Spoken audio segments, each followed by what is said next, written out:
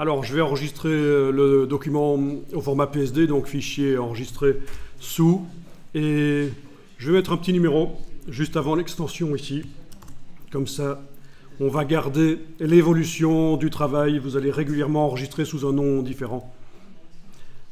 Comme ça, si ça plante, vous aurez toujours une version d'avant. Et aussi pour vos archives, pour voir la progression, c'est bien. Alors voilà, on va double-cliquer à droite du nom du calque 0.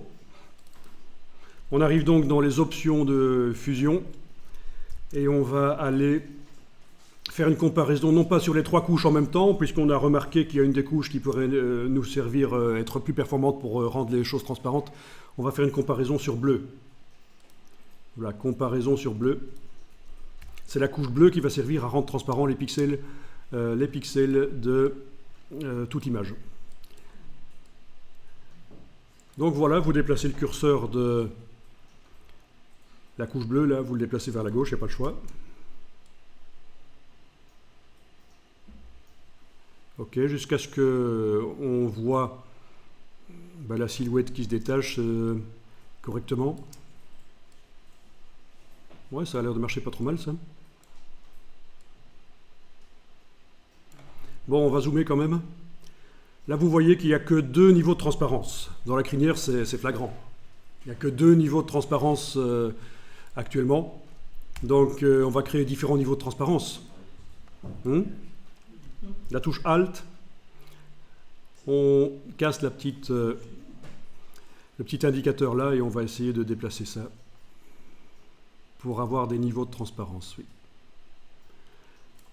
Alors parfois, pour certains sujets complexes, il faut le faire plusieurs fois pour différentes parties du sujet qu'on détourne et puis combiner les différentes parties. Je ne sais pas si ici on va devoir le faire, on va voir. Alors si vous travaillez sur PC, il est possible que les valeurs que vous voyez ici chez moi je suis sur un Mac, les valeurs qu'on voit là, peut-être qu'elles ne vont pas fonctionner aussi bien sur un PC, parce que le PC a un réglage, un affichage qui a un gamma, c'est-à-dire un contraste d'affichage différent du Mac. Et donc les valeurs qu'on voit là, ici, 105, 167 chez moi, ne fonctionneront peut-être pas si on fait la même chose sur un PC. Bon, ça n'a pas l'air trop mal, ça, on va dire que... Vous avez à peu près un truc qui ressemble à ça? Oui? Bon, on va dire que c'est bien.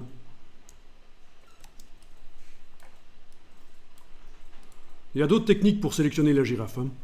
Donc, il y a la technique de plage de couleurs qui aurait pu servir aussi. Mais enfin, voilà.